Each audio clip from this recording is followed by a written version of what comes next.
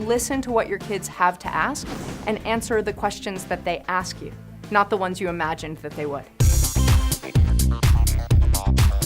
We're joined by our parenting expert, Dr. G. Dr. G. Hi, Dr. G. Our next guest says you can get your child to listen and behave without becoming the parent you hate. Please welcome Dr. Deborah Gilboa to the show. Thank you. Listen, parents are under a lot of pressure to make our kids our friends, to make them happy all the time, but that's not actually the metric of good parenting. The metric of good parenting is, are my kids growing? Are they learning? And the goal is to be friends with them when they're adults, not to try and be friends with them now. This is Today. Today.com contributor Dr. Deborah Gilboa is here. Let's talk for a second about kids and presents. Sometimes you want to teach the lesson that you're not going to get every single thing you want. When you get a gift, there's only one right answer. Thank you. I like talking to my kids about politics, and I have to be honest with you, I found myself staying away from the conversation a bit because of what's been going on. This is a chance for us to talk to them about issues, about behaviors, about things that are important to us as a family. When do you decide what's age appropriate for kids? If you're going to get your kid involved in something where you say, go do this, I actually think that matching the kid's personality to what they get to do is way more fun than being good at it. I want you to sign your kids up for something if you'd want them to do it, even if they were only average. Lindsay, what's your question for the doc? I have a son who will only drink juice. Juice tastes great, but it's nutritionally almost useless. One of the things that you can do is you can put cut up fruit into an infuser. Very and cute. if he's doing this himself, he says, oh, that's mine. And he gets that ownership and that autonomy of doing it himself. Kids like to have fun. If you make stuff that's good for you fun, they'll do the fun thing. You say it is never too early to get our kids doing jobs around the house. Making beds, you've told me, is really important to you. Yes, it's my thing. At some point, I want you to be able to delegate her making her bed at least. Until then, do it with her.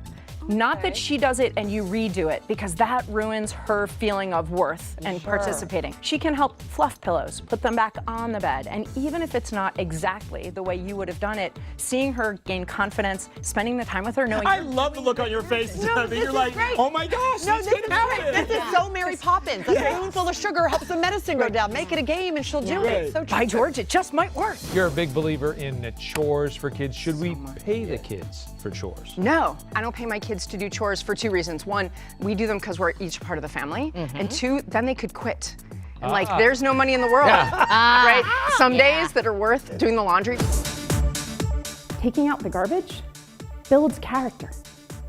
Family work proves to kids that they're not above serving the needs of the group, that they're not exempt from helping. What's the right age for a child who just wants a cell phone? I would say when they've raised enough money to pay half their bill every month. And not a smartphone, good old-fashioned flip phone, honey. It's okay, I remember when they had cords. Good morning, Dr. G. I am wondering how I can motivate my 15-year-old son to complete his homework. Any autonomy you can afford to give him, as long as he meets it being done by when it's due, autonomy is their holy grail. But it still has to be done. So I would try and get him a mentor that isn't you to be like, this matters, buddy.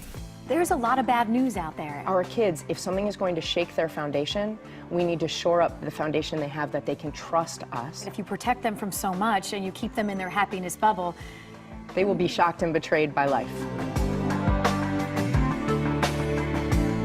I really want to empower as many parents as I can and make them think a little differently about the difference they can make in their kids' lives with intentional parenting. Then their kids stand a much better chance of living a resilient, healthy life. you're awesome.